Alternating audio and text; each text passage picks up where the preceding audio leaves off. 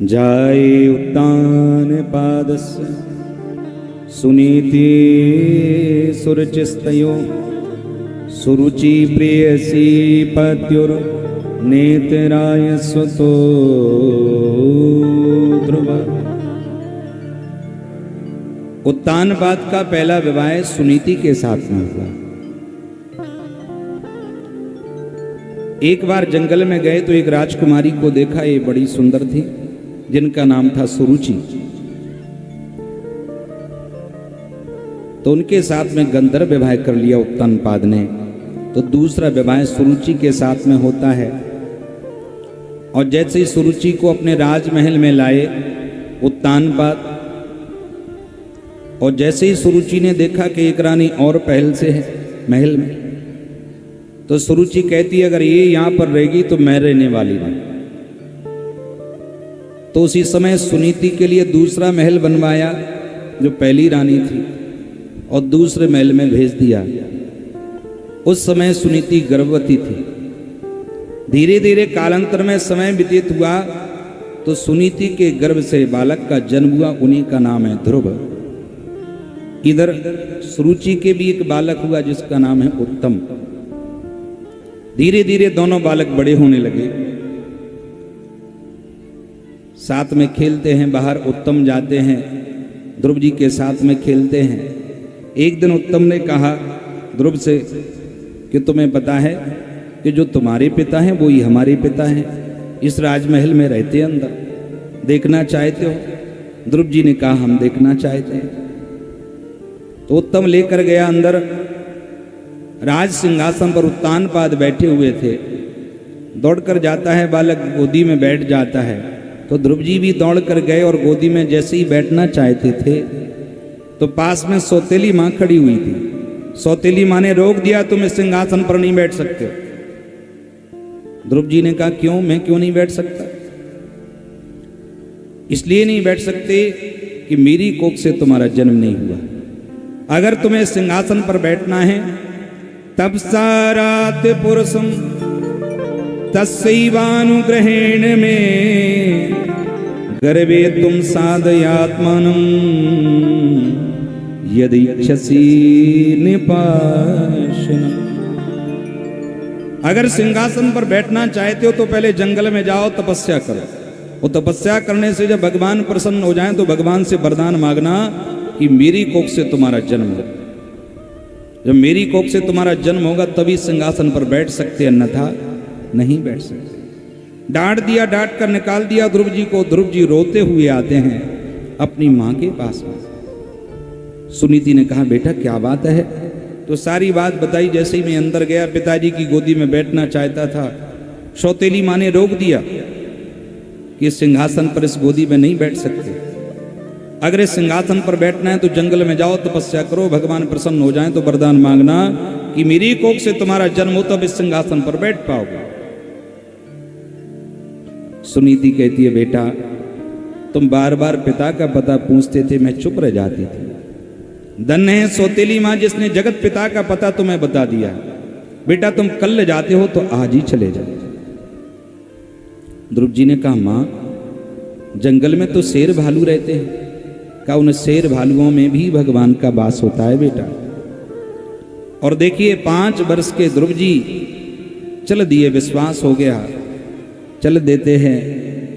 जैसे नारद जी ने देखा कि देखो 5 वर्ष का अबोध बालक भगवान को प्रसन्न करने के लिए जा रहा है, चलो परीक्षा लेना चाहिए, इस बालक का विश्वास पक्का है या कच्चा है। नारद जी आए तो तुरंत चरणों में प्रणाम किया ध्रुव जी ने। नारद जी समझ गए पहली सीढ़ी मजबूत है, संतों को देखकर, ब्राह्मणों को देखकर प्रणाम करता है बालक। कहाँ जा रहे हो? ध्रुव जी ने कहा हम जंगल में जा रहे हैं तपस्या करने के लिए, भगवान को प्रसन्न करने के लिए। अच्छा तुम्हें पता नहीं इस जंगल में शेर भालू भी रहते हैं? बोले हाँ रहते हैं, हमारी मैया ने बताया कि उन शेर भालुओं के अंदर भी भगवान का वास होता है। अच्छा बेटा भोजन कितनी बार करते हो? बोले भोजन हम 5 बार करते हैं। अपनी मैया की गोदी में बैठते हैं पर भोजन करते हैं। नारद जी ने कहा इस जंगल में तुम्हारी मैया थोड़ी आएगी तुम्हें प्रसाद पवाने के लिए, क्या खाओगे क्या पियोगे? तो ध्रुव जी कहते हैं जब दांत नहीं तब दूध दियो, अब दांत दिए तो कछु और भी देगो। जब दांत नहीं थे तो मां के स्तनों में दूध की व्यवस्था कर दी थी उस परमात्मा ने, और जब दांत दिए तो भोजन की भी व्यवस्था वही परमात्मा करेंगे। बोलो भक्त वत्सल भगवान की जय। समझ गए नारद जी के विश्वास पक्का है। बेटा किसी को गुरु बनाया कि नहीं बनाया? क्योंकि गुरु बिन भवनिधि तरे न कोई, जो बिरंच शंकर सम हुई। बोले महाराज अभी तक तो नहीं बनाया। तो उसी समय नारद जी ने मंत्र दे दिया और कहा कि जाओ मधुबन में जाकर भजन करना, निश्चय ही भगवान कृपा करेंगे। चल दिए ध्रुव जी मधुबन में पहुंचते हैं और भजन करते हैं।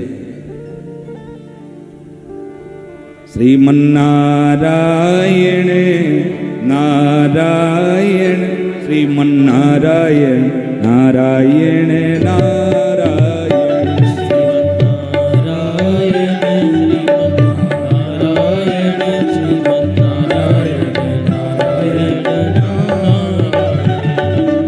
नारायण बद्री नारायण नारायण नारायण नारायण नारायण श्रीमन्नारायण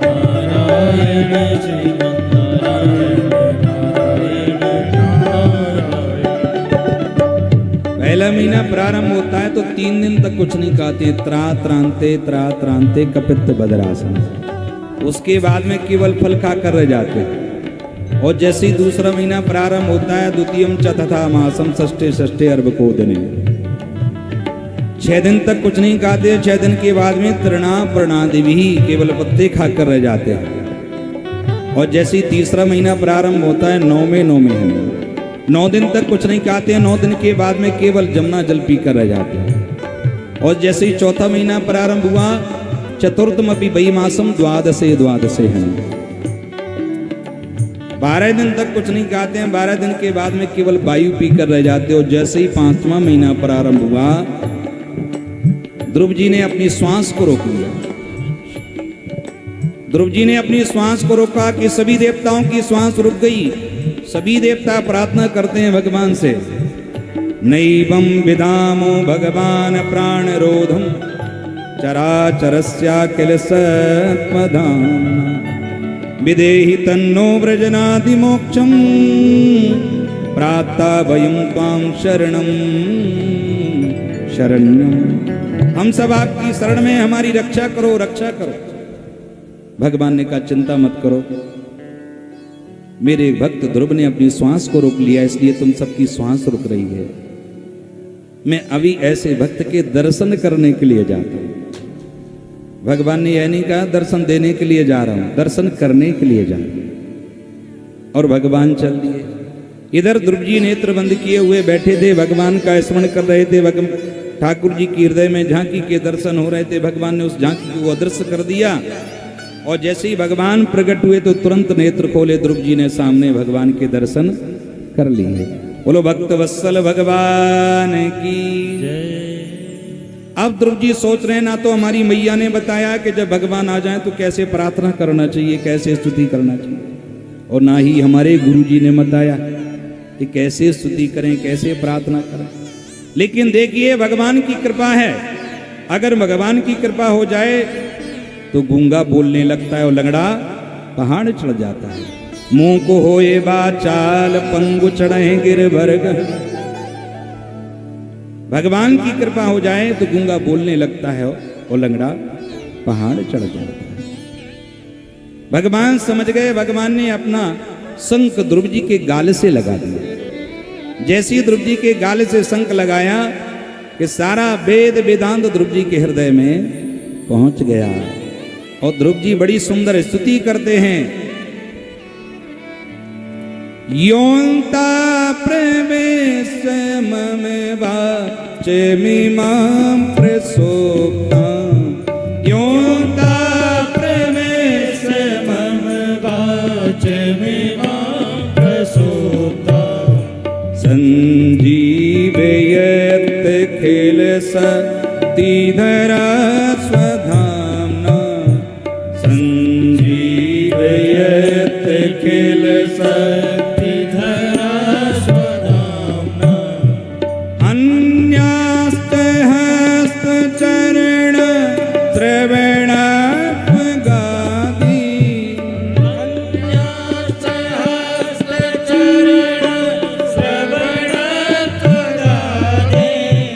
प्राणान्नमो भगवते पुरुषाय तुभ्यं नमो भगवते पुरुषाय तुभ्यं योऽन्ता प्रवेशमम वाचमिमां प्रसोक्तां योऽन्ता प्रवेशमम वाचमिमां प्रसोक्तां। बड़ी सुंदर स्तुति की। हे प्रभु, आपने मेरी सोई हुई वाणी को जागृत कर दिया। आप वही परमात्मा हैं, सारे संसार को उद्रस्त कर लेते। कल्पांतेत दखलम जठरेण ग्रहणन सेते पुमान सुदर्गनंत सकस्तदंके यन्नाभि सुंदरो लोचन कल्पांतेत दखलम जठरेण ग्रहणन शेते पुमान सुदर्गनंत सकस्तदंके यन्नाभि सुंदरो लोचन पद्म गर्भेद्युमान भगवते प्रणतोस्मि तस्मै। आप वही परमात्मा हैं जो सारे संसार को उद्रस्त कर लेते हैं। कल्पांत एत दखलम जठरेण ग्रहण। भगवान ने कहा, ध्रुव तुम्हारी इच्छा क्या है, क्या चाहते हो? ध्रुव जी ने कहा, सरकार आपके दर्शन हो गए, बस और कुछ नहीं चाहिए मुझे। अब देखिए, सौतेली माँ के वचनों से व्यथित होकर आए थे ध्रुव जी। सौतेली माँ ने कहा था जंगल में जाओ, तपस्या करो, तपस्या करने से जब भगवान प्रसन्न हो जाए तो वरदान मांगना कि मेरी कोख से तुम्हारा जन्म हो, तब इस सिंहासन पर बैठ पाओ। सिंहासन की इच्छा लेकर आए थे तो भगवान ने आशीर्वाद दे दिया कि जाओ 36,000 वर्ष तक तुम राज्य करोगे और बाद में परम पद के अधिकारी हो जाओगे।